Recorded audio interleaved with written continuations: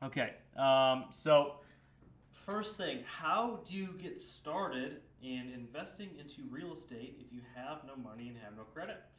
That's great. I actually just filmed 3 videos on how to do this. There's multiple ways you can score what I call, or what everyone calls, an off market deal.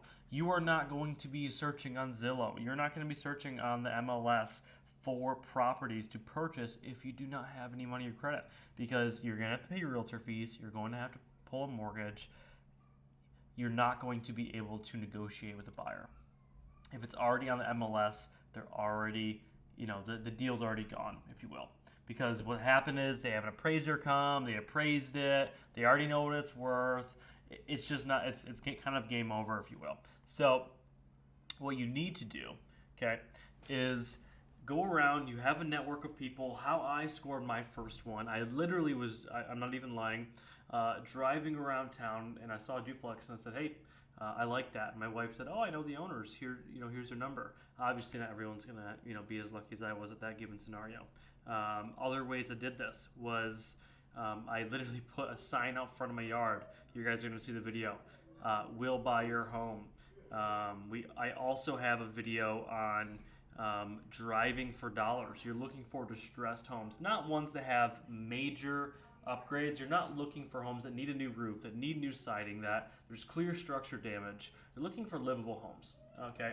Um, all the homes I purchased already had renters in them, but it was not, upkept to its best of its abilities. Okay, so that's another method, and then from there you can skip trace. Uh, Social media is such a great tool. You often see me post on my socials. I'm looking for homes. I will pay you $2,500 to send me an off-market lead. Everyone knows, especially if you live in a smaller town. There's you'd be surprised at how good your network is just on your social media following alone. Okay, so simply just posting something on your story of I'm looking for deals, putting that bug in people's ear, and telling them, hey, also if you give me an off-market deal, I'm going to pay you cash for it. That is an excellent way to find properties, and I found multiple properties from there. Okay, so lots of different methods. You just need to ask around, talk to your family, plant that bug in people's ear, because when they talk to other people and they're in, because the goal is to find someone that's like, I am considering selling my home, I'm open to offers.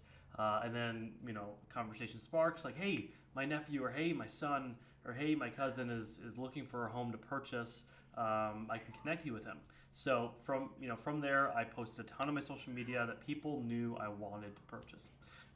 So ironically enough, this couple that was considering selling their duplex went to my church, so I was able to talk to them. Now the goal with this is you're not going to pay them cash. You're not going to pay them from a mortgage. You have to be able to pitch the owner finance deal. Okay.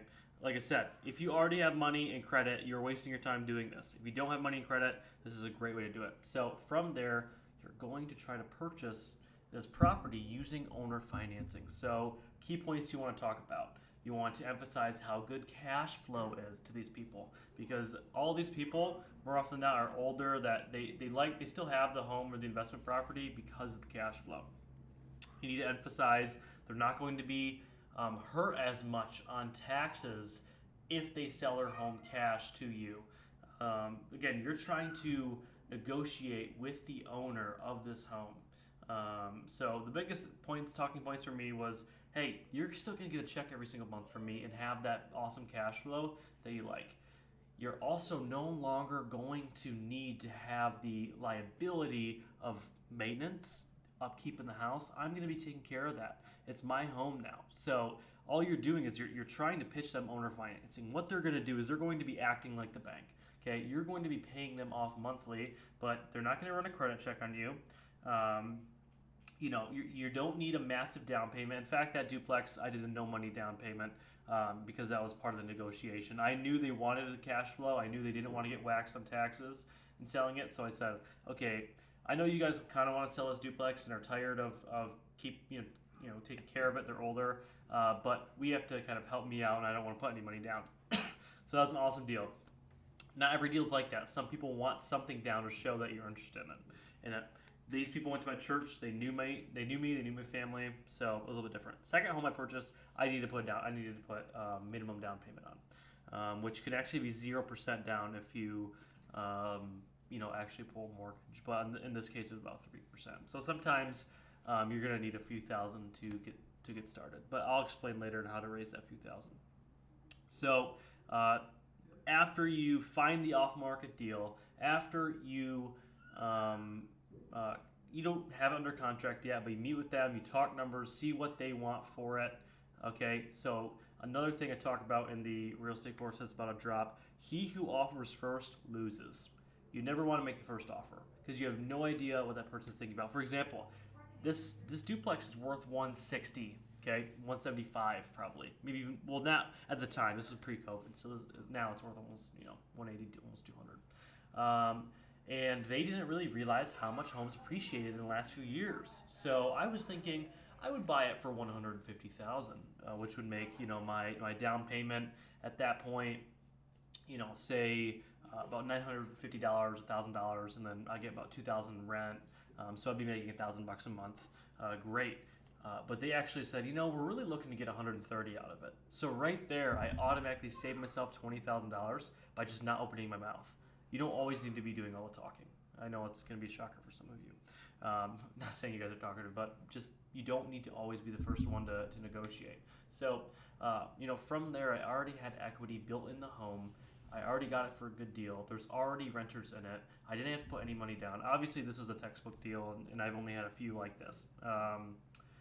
So after you have that done, you need to go with someone who has been in the realty or the real estate game for a long time. I have a lot of friends who are realtors that have sold hundreds of homes. I have friends that are contractors that know what it costs to fix certain things up. And often it's not a bad thing if the home's a little outdated. If you could maybe spend a few thousand in the kitchen, spend a few thousand painting the walls or something that will actually add value to the home, like the kitchen or bathroom. None of the homes I purchased are in tip-top shape, by the way.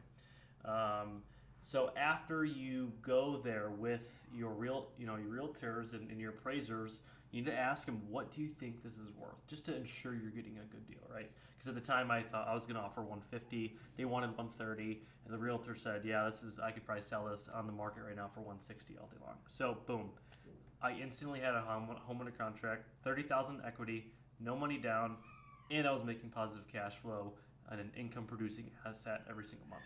Now, something to note, those of you who do not own real estate yet, you're going to learn something. You do not make money off of the rental income. You don't. Okay, from the mortgage, from maintenance, for people not paying the rent, for vacancies. Everyone hypes up cash flow, which is great, but I'm telling you right now, especially during COVID, especially some moratoriums not being lifted, you're not going to make a killing off of the cash flow. Obviously, there's going to be some months where you net a few thousand. If you have good renters, great, that's awesome. Maybe you could pay for your mortgage at your house. But to think that you're going to be able to retire just off of some cash flow in the homes, there's always something that comes up. There's always improvements to the home that you can make. Where you really make your money is the appreciation of the home. Okay, for example, I purchased that home with no money down for $130,000 and appraises for about $180 right now. So I made $50,000 in just 2 years of ownership, simply by paying my mortgage. Those are some few good points I want to touch on. You're not going to expect this is a duplex, so it's double the rent. If this was a single family home, the goal with homes and rental income is to pay for the bills of that home because you have taxes, you have insurance. Some of you guys are going to be like, what are you talking about? There's so many bills that you're not even going to know of that you're going to have to pay for. Lawn care. I can go on and on and on. So the point is, don't try to get so, caught on how much money you're going to make off of rent, because the reality of it is you're not going to make money off of rent. Where you're going to make money is in the appreciation of that income producing asset. Okay? So that's one thing I want to talk about is how I've been able to make several thousand by simply writing my name on the dotted line because I had to have an off-market deal. Like I said, I've never purchased a home on market, and I don't think I ever will. Maybe my dream home one day, but I'll probably build it. So you have to talk to the owners. You can skip trace. You can skip trace the owners by downloading apps called Spokeo, Spokeo, or PropStream. These are the two skip tracing services I subscribe to. All you do is you type in their address, comes their email, their known residency, um, their number, everything. So 5 known numbers. So I called every single, the most recent deal I got, I called every single number. They didn't answer any of them. They didn't. No one responded. So I actually had to drive over half an hour out of my way to go to the permanent residency, knock on their door, ask if they're willing to sell. They told me they sold it to their nephew or whatever. Got his number, talked to him, negotiated with him. So you're gonna have to find. There's a process to getting these deals. It's not as easy as, oh hey, there's a home. Hey, will you sell it to me? There's going to be a lot of work to find these off-market deals, and you have to understand that. Nothing in life is worth having if it's you don't work hard for it. So just understand that this is obviously it sounds easy, but finding an off-market deal isn't always the easiest. If you already have one in mind, great, that's awesome. So first get it, talk numbers with them, go to their house, see what they're looking to get from it, go look at it, and then say, hey, do you mind if I bring my friend over to look at it, just check plumbing or whatever, and make sure you bring a realtor with you so you can get a proper appraisal. And don't get a young guy who's been a realtor for like 6 months. Please get someone who's sold several homes in that area. And one thing I'd also say is attack your local market. People get so obsessed with trying to wholesale homes online or buy homes across the nation, this and that. Don't do that. Don't be an idiot on your first home, please. Your first home is your most important purchase, and I'll tell you why in a minute. Because you need to know what that market's going for, what that market's doing in the next 5 years, what homes are getting sold for, pulling comps, and then a realtor will know all that. Don't try to be all fancy schmancy and buy a home in a different state. They have no idea about the market, about the street, or anything like that. All the homes I purchased are within about 45 minutes from one another, from my longest one to my closest one. And I'll probably keep it that way until I move. So that's how I was able to do it. And then here's the cool part. This is how you really expand. This is the thing that my mind is blown by. After you purchase your first one, what you get to do is you get to go to a bank. You get to pull what's called a HELOC, a home equity line of credit. Basically, what you're going to say is, hey bank, I have this asset that's worth such and such amount. I have this equity built into it.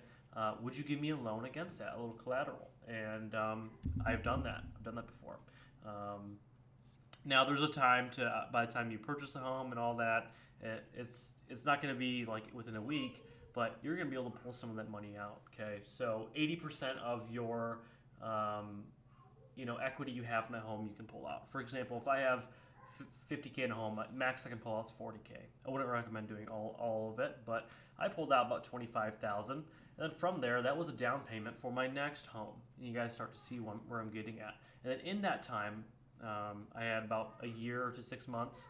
I got some credit cards. I started to stack my credit. I started to build my credit, build rapport, have long credit history, pay my payments on time. I was building my credit. I now had money and a little bit of credit to get started. From there, you want to attack your local banks. This is another reason why I love the local market, is because you can go from bank to bank to bank, and just because one bank has a decent first-time home buyers loan doesn't mean that another bank doesn't have it. For example, there was a bank down the road that had, first-time home buyers, you put 3.5% down on the home, which is a decent amount. And then the bank across the street said, hey, you can put 0% down. Now obviously you don't want to put that much money down if you can help it. So I would look at local banks, credit unions. Don't go to these big chain banks. They're not going to have amazing FHA loans, more than likely. Attack the local market in your local banks. Both banks were one was a local credit union that offered 0% down, and the other one only offered 3.5%. So make sure you're going and looking at other banks and asking, hey, what do you guys offer for first-time home buyers? And you'll get a deal. And then obviously you guys can start to understand how your portfolio can start to massively build once you get this system in place. pulling the equity out of the home, purchasing another home. One home becomes 3, becomes 5, becomes 10, and that's why your first one is so vitally important. Because if you mess up on your first one, waste your FHA loan, put a ton of money down, have zero equity in the home that you can pull out and build from, it's going to set you back probably at least a year to get some money back saved up to repeat the process. And you already used your FHA loan. So just know, some of you young guys who've never purchased a home before, make sure your first one is loaded with equity, has some room to be fixed up so you can add more equity to it, sweat equity. You're looking at kind of outdated kitchens and kind of outdated bathrooms. And then, from there, obviously a good deal as is. One thing to note is you can get up to 88% return just off of cabinets alone. So obviously cabinets are, adding new cabinets, countertop, backsplash, and things like that are going to appreciate the home the most. Adding a pool is not going to appreciate the home. It might make it sell faster, but you're going to lose money on it. A lot of people can kind of be crazy with their homes. You actually want to put money into the actual areas where you're going to make more than a one-to-one return. Meaning, if I spend $1, I want to make more than $1. Okay, if you build a garage, if you spend $1, if you spend $20K in a garage, you're going to only be able to sell it for 20 more K. If you spend $20K on the kitchen and bathrooms, you might appraise for 40 to 50K more.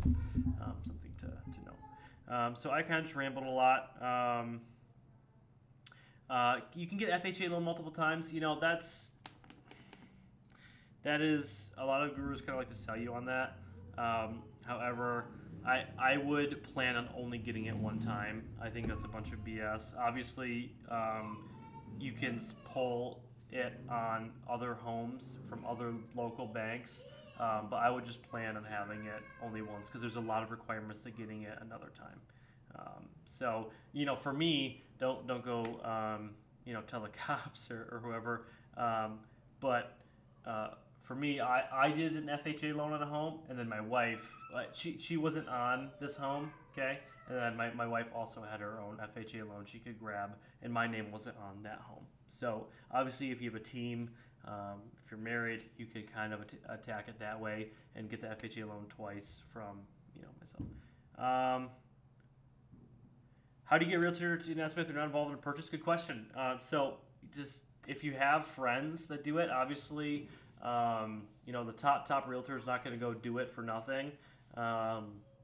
You can pay that realtor just to go look at it, because most of the homes realtors look at aren't going to end up selling it and making a profit. So a real appraiser would cost about $500 to get the home officially appraised. So obviously offering them less than that, you're going to save money on.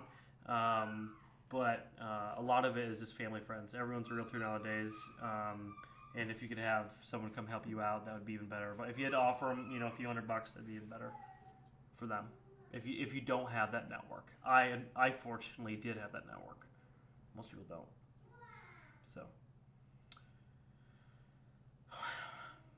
REDL, is there any questions on that? Obviously, I have videos of this that I'm going to be posting for you gold members. Monthly members, unfortunately, are not going to have access to the real estate course. But, one second, I have someone here screaming in my office. Mr. Tomcat, you want to ask your question?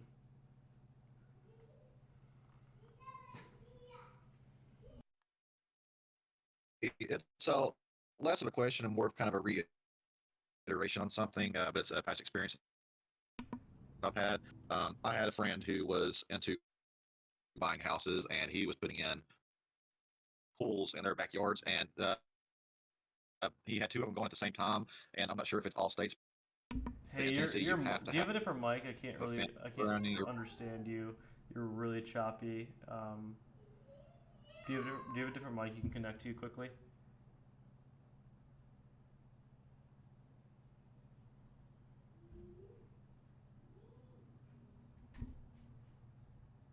Maybe he's connecting on his phone.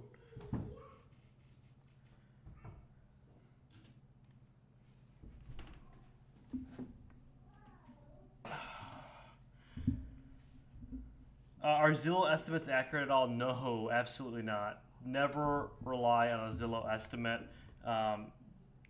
Generally, they're a bunch of BS. Yeah, I would never rely on a Zillow estimate ever. Tax estimate maybe, but Zillow estimate probably not.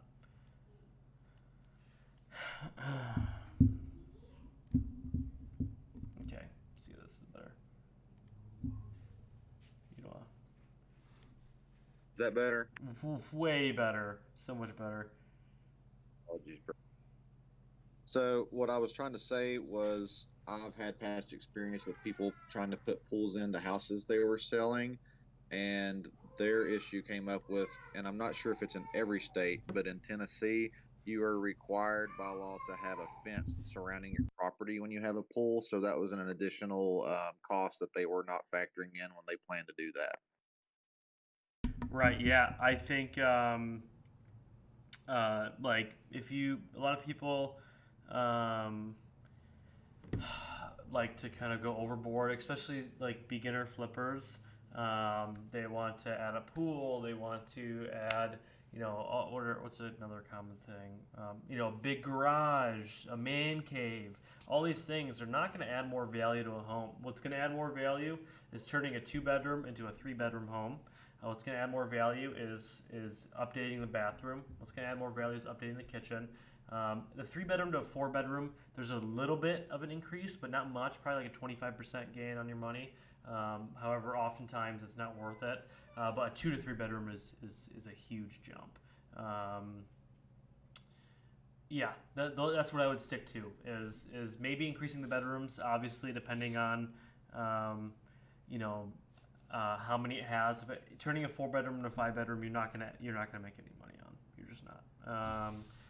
So sticking away from things that don't really matter on investments and using all your money and your capital to increase sweat equity in the places that do. Think about a husband and wife who buys a home. Who do you think really buys the home? The wife, right? How does she like the kitchen? How does she like the bathroom? Does she like the mirrors? Does she like the backsplash? The dude's like, okay, there's a porcelain throne and there's a bed I can sleep on. Cool. You know what I mean? So that's why kitchens and bathrooms are huge for homes to be able to invest with, or to be able to add equity to. Yeah, so like I said, all the homes I purchased, I never had a job or stable income. This is a problem for a lot of day traders, or for me especially, because at the time, in January, I made a 100% return on one of my investments. Um, and what happened was I had a 30K account and I turned it to almost a $100,000 account in 4 weeks. It was a hot market. And I went to the bank and said, "Hey, bank, look at the appreciation in my account. Well, I'm up 400% on the month." But banks go, "No, no, we don't really care about that because you're not going to average that. All we care about is we can pull a collateral from that account," which at the time wasn't that much, wasn't really worth it. That's why it's important to buy these off-market homes, not using a mortgage, doing the owner finance method like I talked about, and then from there, showing the bank cash flow. The banks are royally obsessed with cash flow. So at the time, before I pulled my first mortgage, I had 4 units, and I was being able to show steady cash flow. And then from there, the bank actually, I had equity in the homes and I had cash flow. So the bank's like, "Oh, he's responsible. Okay, I think we can give him this mortgage." And the mortgage was 97,000, so it wasn't that hard to pull. Cool. Well, guys, I think we hammered out a lot. This is kind of around the time I was looking to end. Um, Obviously, I love real estate. It's definitely helped exponentially increase my wealth over time. That's why I don't have any fancy cars or anything like that, because I would rather invest in some real estate than a boat or a nice car. Um, and that's a massive path to financial freedom. Letting your assets outweigh your liabilities. So if I'm making 5K a month in rent, then I could go pull a nice little a car loan on a nice car that I know I'm gonna have it paid for. So that's it. I don't think there's any more questions left. If you guys have any more questions after that, feel free to shoot me a DM. All you gold members listening to this, you're gonna have complete access to my course, and we're hoping to have launch in July.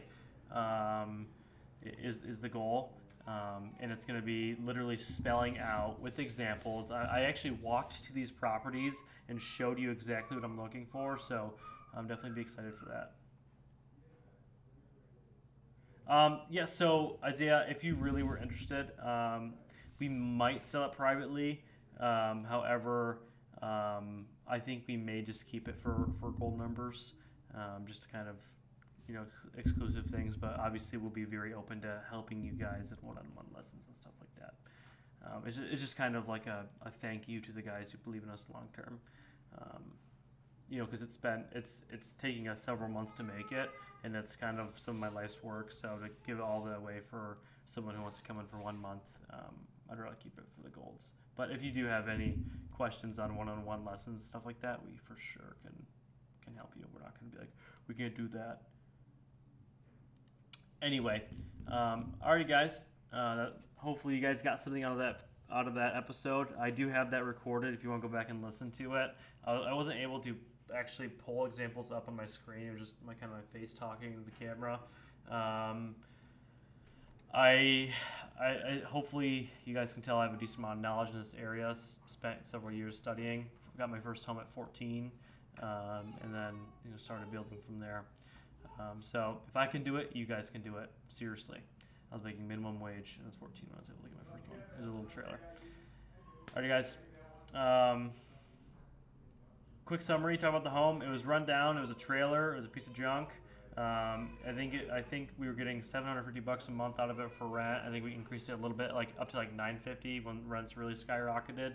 And then the owner was, it was an owner finance deal. So I was paying the previous owner monthly, for that home. We got it for a decent deal. I think it was like worth $43,000. And then from there, the home actually, the person who was living in it lost their job and has some connections to me. I'm not going to go into it, but decided it'd be a good idea to burn it down. So the person didn't realize we had insurance on the home, so it was kind of helped us out in the end, because I was able to liquidate that asset. But it wasn't cool because I was 14. It was my first home, but yeah, he burnt it right down to the ground. That was a very interesting morning. And at the time, I didn't really know how insurance worked. One thing I will add to that is if that ever does happen to you, and I really pray it doesn't, just know you can fight with these insurance companies, because what they did was, this home was built in the 1980s, okay? And the comps they gave me, because what they're going to do is they're going to give you comparables, and they're going to say, listen, this is what we think the home's worth, and this is how much we're going to give you. And the comps they gave me, all these homes were much worse than mine, much older than mine. They were all, in the 1970s, 1960s. Like, listen, mine's the 1980s. So if you want to pull a comp, you have to pull some from the 1970s and the 1990s to kind of get an accurate comparable. So then they came back and said, you're right, here's adjusted price. And then we ended up making like eight or nine more thousand off of just being able to negotiate with the insurance agencies. Insurance, the agencies screw you guys. They're not out for your best interest, believe it or not. So a little cheat there for you. I'm definitely going to keep this video private, because if anyone else finds out I said that, I can probably get in serious trouble. Yeah, massive scam. Well, obviously I didn't think it was a scam when they paid me a check after the crazy dude burnt it down.